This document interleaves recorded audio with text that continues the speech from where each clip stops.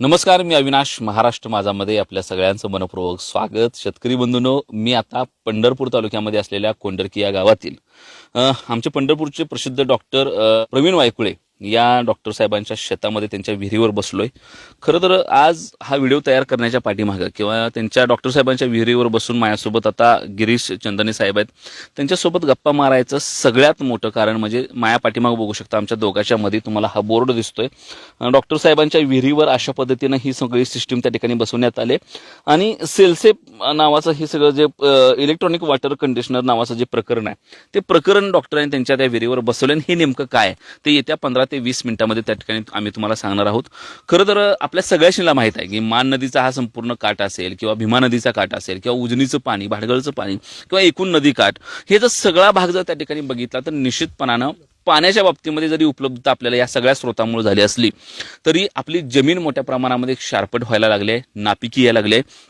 अगदी नदीच्या काठी देखील पूर्वी जितकं मोठं अवरेज निघायचं तितकं मोठं अवरेज आपल्या ऊसामध्ये देखील निघणं असं झालं. ही संपूर्ण परिस्थिती. आणि मग या सगळ्यांच्या सोबतच आज आपली ऊस शेती परवडत नाही म्हणून आपण ज्यावेळेला फळबागांकडे मोठ्या प्रमाणामध्ये वळालो त्यावेळेला जो प्रामुख्याने आपल्याला अडचण येते ती पाण्याच्या संदर्भातले. आपलं पाणी प्रचंड सवाळ झालंय. पूर्वी सहज कुणा पाहुण्या घरी गेलो तर आपण असं रांजणातनं तांब्या बुडवून पाणी प्यायचो. इतकं सहज पाणी, गोड चवीचं पाणी आपल्याला उपलब्ध होतं. परंतु अलीकडच्या काळामध्ये प्रत्येकाला फिल्टरनं पाणी प्यावं लागतं. इतकं पाणी बाद झालंय. जनावराला पाजायचं ते पाणी खराब आहे, शेतीला द्यायचं ते पाणी खराब आहे. आणि या खराब पाण्यामुळे जमिनीमध्ये क्षाराचं प्रमाण वाढायला लागलंय. जमिनी शारपट व्हायला लागल्या, त्या प्रचंड नापिकी त्यातून तयार व्हायला लागले. आणि तुम्हाला आठवत असेल की याच चळे भागामध्ये मी गेल्या वर्षाला हरभऱ्याच्या संदर्भामध्ये व्हिडिओ केला होता की हरभऱ्याची शेती का करायची आहे, कारण हे ऊसाच्या प्रमाणानं, ऊसाच्या लागवडीनं, पाण्यामुळे सातत्यानं ह्या जमिनीमध्ये बाद व्हायला लागले, त्या जमिनी चिकट व्हायला लागल्या त्या जमिनी. आणि मग ह्याला उपाय काय? तर आता ह्या सगळ्याला काळजी करायची गरज नाही. ह्याच्यावर एक चांगलं सोल्युशन, एक चांगला उपाय, एक परफेक्ट सोल्युशन जर कुणी आणला असेल तर माझ्यासोबत त्या ठिकाणी गिरीश चंदने सर बसलेत.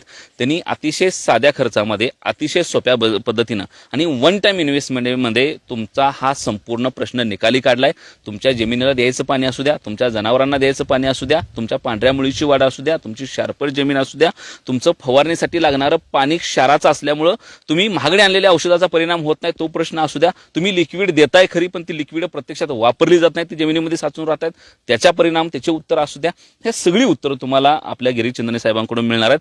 त्यांच्या माझ्या पाठीमागे असलेलं जे प्रोडक्ट आहे त्या प्रोडक्टमधून, त्या मशीनमधून, त्या साध्या यंत्रामधून हा सगळ्या मोठ्या प्रश्नाची उत्तर तुम्हाला पुढच्या 20 मिनिटांमध्ये मिळणार आहेत. साहेब, तुमचं महाराष्ट्र माझामध्ये अगदी मनापासून स्वागत. मोठ्या प्रमाणामध्ये पाण्याचे स्रोत खराब झाल्यामुळं, पाणी सवाळ झाल्यामुळं, क्षार वाढल्यामुळं, टीडीएसचं प्रमाण वाढल्यामुळं त्या ठिकाणी आमच्याकडे फार मोठा गोंधळ चालू आहे. आणि मग ह्याच्यावर पर्याय म्हणून काय तर थोडंसं पीएच बीएच असल्या कुठं काय तर गोष्टी ज्याचे तर तुम्ही मागाशी मला बोलताना सांगितलं संदर्भ पण नाही त्याचे, अशा गोष्टी केल्या जातात. प्रत्येक शेतकरी त्याच्या पद्धतीनं सोल्युशन शोधायला लागला. ह्या शारपट पाण्याचं करायचं काय, ह्या क्षारांचं करायचं काय, ह्या सवाळ पाण्याचं करायचं काय, काय सांगाल तुम्ही ह्या शेतकऱ्याला? तुमचं हे मेकॅनिझम त्याच्यावर कसं उत्तर आहे? नमस्कार, मी गिरीश चंदने.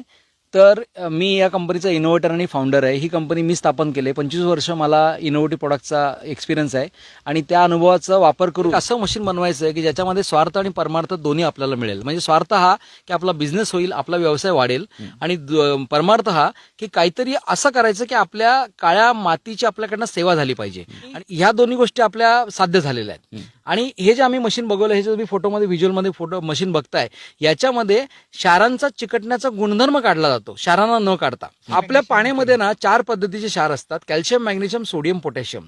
त्याचं सोडियम आणि पोटॅशियमला चिकटण्याचा गुणधर्म निसर्गाने दिलेला नाहीये आणि त्याची भरपाई म्हणा की कॅल्शियम, मॅग्नेशियम झाले. आता हे बरेच जण म्हणतात तुम्ही सिद्ध कसं करणार? एकदम सोपं आहे. समुद्राचा पाण्याचा टीडीएस 35,000 आहे, म्हणजे सोलापूरवर मिळणाऱ्या पाण्यापेक्षा ते 10 पटीने हार्ड आहे. पण तरी पण आपले समुद्र किनारे चिकट होत नाहीत, आपले पुळेदार राहतात, वाळू सॉफ्ट राहते आणि ते पांढरी पडत नाहीत. मिठागारांचं मीठ काढलं की जमीन काळी असते. म्हणजे कशामुळे होतं? याचं कारण एकच आहे, सोडियमला चिकटण्याचा गुणधर्म निसर्गाने दिलेला नाहीये. आता कॅल्शियम, मॅग्नेशियममुळे काय होतं? कॅल्शियम, मॅग्नेशियमला तो गुणधर्म मिळाल्यामुळे आपली जमीन पांढरी पडते, आपली मुळी वाढत नाही, आपले अपटेक होत नाहीत, आपली लिक्विड खतं आहेत ती विरघळत नाहीत पाण्यामध्ये, मिळालेलं जे काय ते झाडाला मिळत नाही. असा त्याच्यातला हा कॅल्शियम, मॅग्नेशियमचा सर्वात मोठा प्रश्न निर्माण आहे.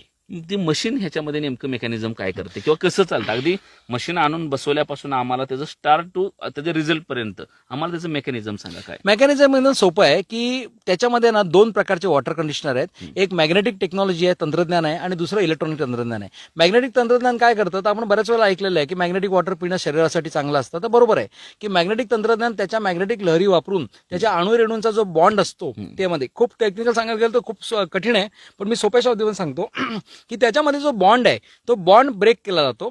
आणि इलेक्ट्रॉनिक वॉटर कंडिशनर काय करतं तर इलेक्ट्रॉनिक वॉटर कंडिशनरमध्ये 300 हर्ट्स पासून ते 300 किलोहर्ट्स पर्यंत एक फ्रिक्वेन्सी तयार केली जाते. ती फ्रिक्वेन्सी सारखी बदलत असते आणि त्या बदलल्यामुळे विरघळलेले कॅल्शियम मॅग्नेशियम आहेत ते बिथरतात, ते आपली चिकटण्याची क्षमता सोडून देतात. त्याचं एका कणाचं रूपांतर 100 कणामध्ये होतं आणि 100 कणांमधनं ते वेगवेगळे झाल्यामुळे त्यांचं चिकटण्याची बॉन्डिंग ॲबिलिटी आहे ती निघून जाते. एक लक्षात घ्या, आपला प्रश्न क्षार कधी नाहीयेत, आपला प्रश्न त्याचा चिकटण्याचा गुणधर्म आहे आणि आपण तो याच्या माध्यमातून काढून टाकला. सोडियम पोटॅशियमचा विचार करण्याची गरज नाही, कारण त्यांचा प्रश्नच निर्माण झालेला नाहीये. असं याचं हे मेकॅनिझम आहे. खरं तर क्षार बघितलं तर मोठ्या प्रमाणामध्ये क्षार जर जमिनीमध्ये राहिले तर जमिनी पांढऱ्या पडण्यासोबत पांढऱ्या मुळीला खूप मोठा प्रॉब्लेम असतो. कारण जर त्या क्षार जर त्या मुळीच्या तोंडाला जाऊन थांबले तर आपटेक थांबतं मुळीचं आणि साधारण पिकाचं मोठ्या प्रमाणामध्ये त्यामध्ये नुकसान मोठ्या प्रमाणात होते. हे जर या तुमच्या मशीनद्वारे पाणी जर पुढे शेतामध्ये गेलं तर शेतामध्ये देणाऱ्या पाण्यापासून ते आमच्या फवारणीच्या पाण्यापासून ते लिक्विडच्या पाण्यापर्यंत काय काय परिणाम होतात? सर्वात पहिला परिणाम होतो ना तर तुम्ही जे म्हणालात ना ते एकदम योग्य आहे की त्या मुळीवरती साका जमा झाल्यानंतर, आता इथे एक गोष्ट लक्षात येतो, तीच तुमची शेती असते, तेच तुम्ही असता, मग पाऊस पडल्यानंतर मुळी का चालते? कारण पावसाच्या पाण्यामध्ये क्षार नाही आहेत आणि पाणी अतिशय हलकं आहे. त्याला आपण देवाचं पाणी म्हणतो, निसर्गाने दिलेली एक वरदान आहे. तर त्याच्यामध्ये प्रश्न तोच असतो की पाणी हलकं असतं आणि पाण्यामध्ये क्षार नसतात, कुठले क्षार नसतात, त्याचा टीडीएस जवळजवळ ते 0 असतो.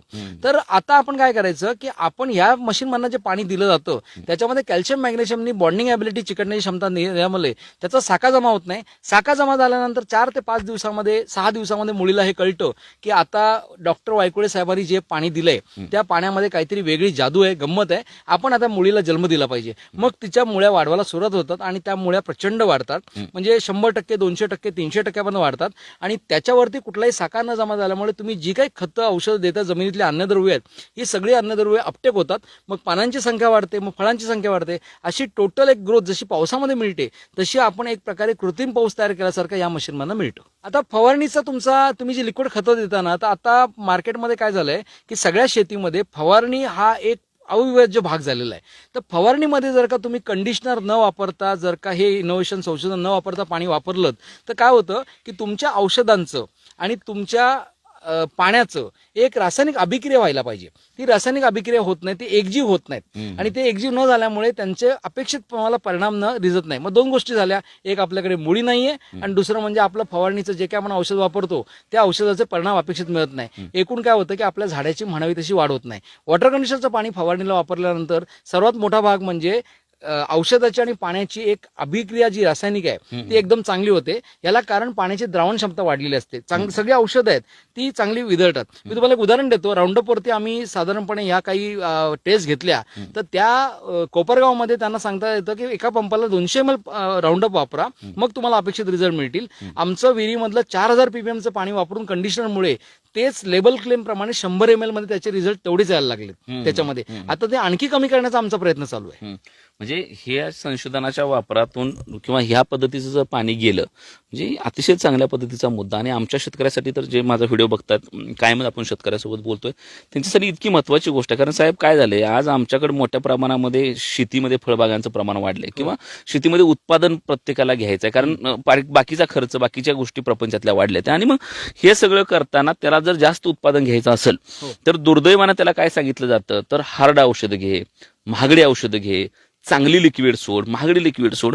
आणि ह्या सगळ्यामुळे काय होतंय तर मोठ्या प्रमाणामध्ये खर्च करून देखील शेतकऱ्याला अपेक्षित परिणाम येत नाही, कारण पाणी त्या ताकदीचं नाही. आधी क्षार गेल्यामुळे, पांढऱ्या मुळीची वाढ थांबल्यामुळे किती जरी औषध दिली तर ते तिथं राहतात, अपटेक होत नाहीत. आणि वर पाणी व्यवस्थित नसल्यामुळं जी किती जरी महागडी औषधं त्या पाण्यामध्ये टाकली तर ती तितकीशी मिसळत नसल्यामुळं किंवा विरघळत नसल्यामुळं फक्त मारलं जातं. ह्यामध्ये फक्त आपण मारलं एवढंच समाधान होतंय, अपेक्षित उत्तर, अपेक्षित रिझल्ट त्यातनं भेटत नाही. मोठ्या प्रमाणामध्ये खर्च करून देखील उत्पादनाला अडचण येते. त्यामुळे देखील हे इनोव्हेशन आम्हाला वाटतं तुमचं आमच्यासाठी फार फायद्याची गोष्ट आहे. आता पुढे जात असताना मेकॅनिझम तुम्ही अगदी सोप्यामध्ये सांगितले की अशा पद्धतीनं तुम्ही ते बसवायचं. आम्हाला थोडंसं ह्याचा खर्च काय येतोय, कारण हे शेवटी आमचे शेतकरी बजेट बघणार आहेत, पैसे बघणार आहेत. अगदी आमच्याकडे वेगवेगळ्या पद्धतीचे शेतकरी आहेत. आज डॉक्टरांची आपण मोठी मशीन बघितली, कारण मोठं क्षेत्र आहे, परंतु आमच्याकडे 2 एकरवाला आहे, 1 एकरवाला आहे, 3 एकरवाला आहे, त्याची 2.5 इंची पाईपलाईन आहे, 5 इंची पाईपलाईन. ह्या वेगवेगळ्या शेतकऱ्यासाठी तुमच्याकडे काय तशी उपलब्धी आहे का, आणि त्याचे साधारण खर्च अंदाजे काय आम्हाला सांगा. ॲक्युरेट नसले तरी चालेल. हो, आमच्याकडे ना 3 प्रकारच्या मशीन आहेत साधारणपणे. एक 2.5 इंच असते, 3 इंच असते आणि दुसरी 4 इंच असते. त्याच्या पाण्याच्या प्रवाहाप्रमाणे मशीन आहेत. त्यामध्ये एक आहे 2.5 इंचाची मशीन, जी सर्वात जास्त विकली जाते. कारण आपल्याकडे आम्ही जे काही 13 वर्ष काम करतोय, आम्ही बघितलंय की 100 शेतकऱ्यांमधल्या 95 शेतकऱ्यांकडे 5 HP पंप असतो, आणि तो विहिरीमध्ये पडलेला असतो, बोरमध्ये पडलेला असतो. 5 HP पंप आमच्या हिशोबाने 50,000 लिटरच्या वरती पाणी काढत नाही. मग त्याला हे 2 सिलेंडर चिकार होतात. इथे 3 दिसत आहेत, पण 2 सिलेंडर चिकार होतात.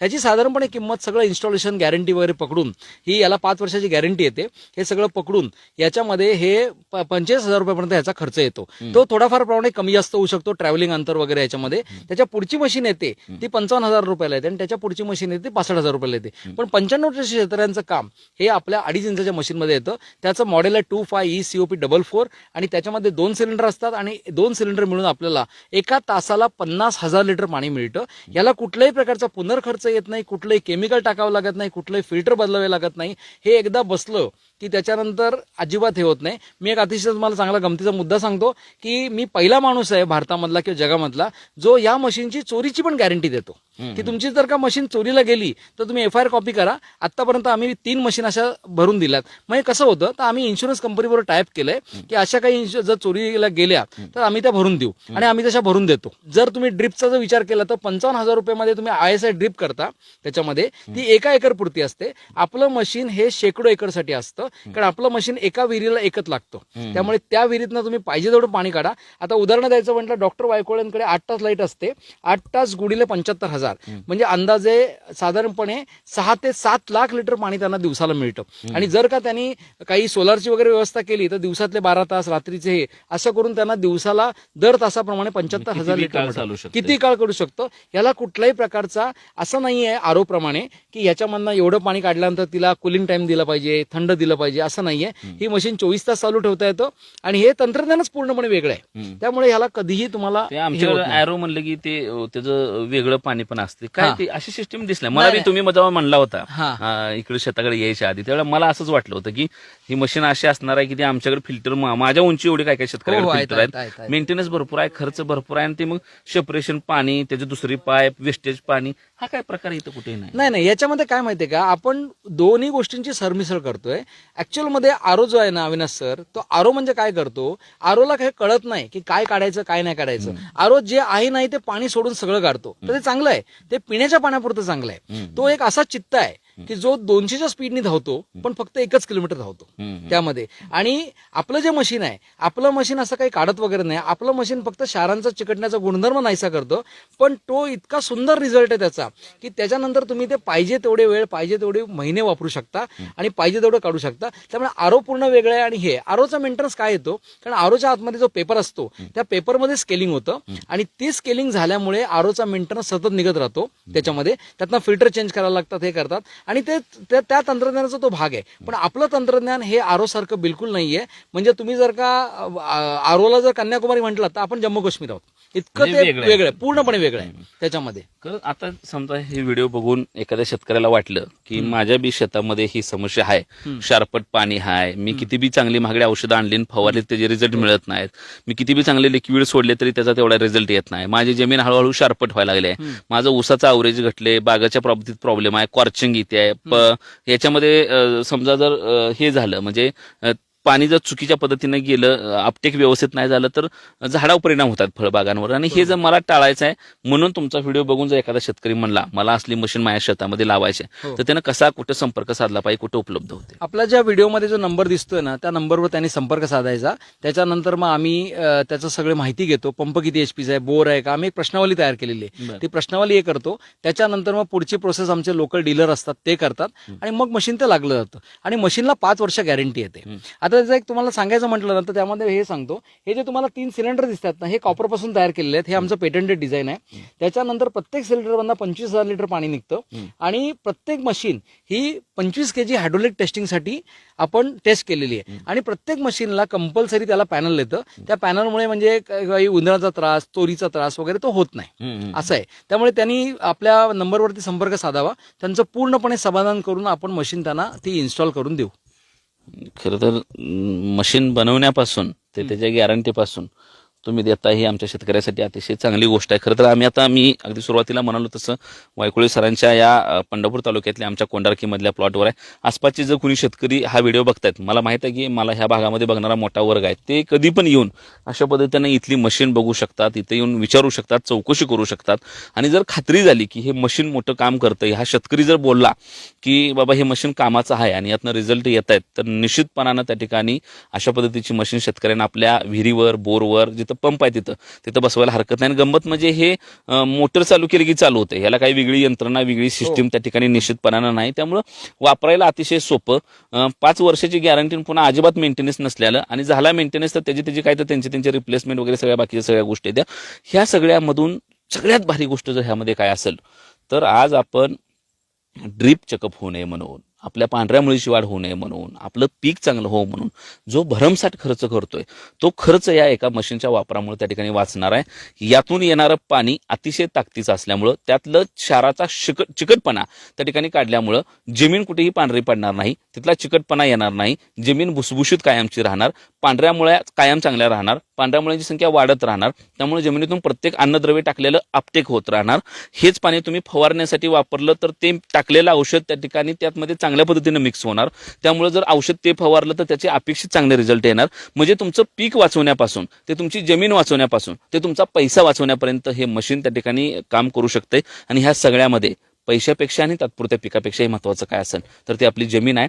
आपल्या बापजाद्यांनी, आपल्या पूर्वजांनी इतिहासात कितीतरी वर्ष संघर्ष करून ती जमीन जपली आहे, वाचवली आहे. मधल्या कित्येक वर्षामध्ये शेती परवडत नाही अशी चर्चा असताना देखील त्यांनी ती विकलेली नाही, जपून ठेवली आपल्या पुढच्या पिढीसाठी. आपली देखील ती जबाबदारी आहे की जशी माझ्या पूर्वजांनी माझ्या हातात ती जमीन दिली, ती जमीन माझ्या येणाऱ्या कित्येक पिढ्यांसाठी मी ती जपून ठेवली पाहिजे.